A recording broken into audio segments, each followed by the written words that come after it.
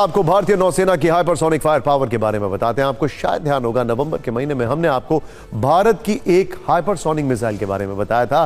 16 नवंबर की रात को इस नई एंटीशिप मिसाइल का सफल परीक्षण हुआ था। उस कामयाब परीक्षण का वीडियो अभी आप अपनी टीवी स्क्रीन पर देख रहे हैं। अब इस हाइपरसोनिक मिसाइल को लेकर सेना के सूत्रों से एक बड़ा अपडेट यह है कि हाइपरसोनिक मिसाइल बहुत जल्द भारतीय नौसेना की ताकत कई गुना बढ़ा देगी। यह शुभ कार्य कैसे होगा, इसे बहुत सरल भाषा में आपको समझाते हैं। 1500 किलोमीटर तक की मारक क्षमता रखने वाली इस long range hypersonic antiship missile को वॉरशिप पर तैनात करने की योजना है।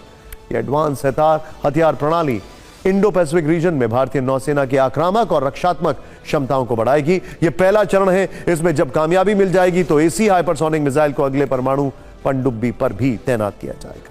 फिलहाल हाइपरसोनिक मिसाइल सिस्टम नेवी की सरफेस फ्लीट से शुरू होगा और सबसे पहले इसकी तैनाती युद्धपोत पर इसलिए की जाएगी क्योंकि आपने अगर वॉरशिप से मिसाइल लॉन्च के पुराने वीडियो कभी देखे होंगे तो आप जान पाएंगे कि हर एक युद्धपोत में वर्टिकल लॉन्च सिस्टम होता है, यानी मिसाइल उस सिस्टम के जरिए सीधे ऊपर आसमान की ओर लॉन्च की जाती है। पनडुब्बी से मिसाइल को वर्टिकल लॉन्च करने की क्षमता कुछ चुनिंदा देशों के पास है, जैसे अमेरिका, रूस, चीन, फ्रांस और ब्रिटेन। भारत की पहली परमाणु संचालित पनडुब्बी अरिहंत भी वर्टिकल लॉन्च सिस्टम से लैस है और K-15, K-4 मिसाइलों को लॉन्च करने में सक्षम है। अब आगे हाइपरसोनिक मिसाइल लॉन्च करने की क्षमता पर काम चल रहा है। यहां जल्दी से आप यह भी जान लीजिए कि हाइपरसोनिक मिसाइल होती क्या है। ध्यान से देखिएगा, हाइपरसोनिक मिसाइलें वो हथियार हैं जो ध्वनि की गति से 5 गुना ज्यादा तेज हैं। मैक 5 यानी कम से कम मैक 5 की स्पीड हो। साधारण भाषा में कहें तो हाइपरसोनिक मिसाइल की रफ्तार 6100 किलोमीटर प्रति घंटा होती है और यह पारंपरिक हथियार के अलावा परमाणु विस्फोटक ले जाने में भी सक्षम होती है। हाइपरसोनिक मिसाइलें क्रूज या बैलिस्टिक मिसाइलों से अलग होती हैं। बैलिस्टिक मिसाइलें भी ध्वनि की गति से तेज चलती हैं।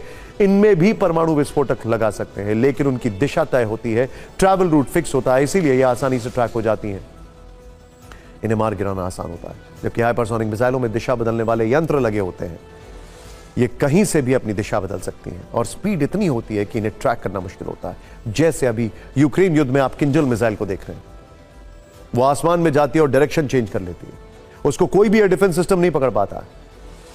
भारत हाइपरसोनिक मिसाइल बनाकर आज कितना ताकतवर बन चुका है, तो आधिकारिक तौर पर हाइपरसोनिक मिसाइलें रूस और चीन जैसे चुनिंदा देशों के पास ही मौजूद है। अमेरिका इस तरह की मिसाइलें डेवलप करने की कोशिश कर रहा है, कई टेस्ट फेल कर चुका है, जबकि भारत दुनिया का तीसरा ऐसा देश बन चुका है जो हाइपरसोनिक हथियारों से लैस है। भारत की हाइपरसोनिक मिसाइल को जल, थल, नभ तीनों जगहों से लॉन्च किया जा सकता है। लेकिन आपके मन में एक सवाल होगा कि फिर युद्धपोत में ही पहली तैनाती क्यों की जाएगी, तो इसका बहुत सीधा जवाब देखिए।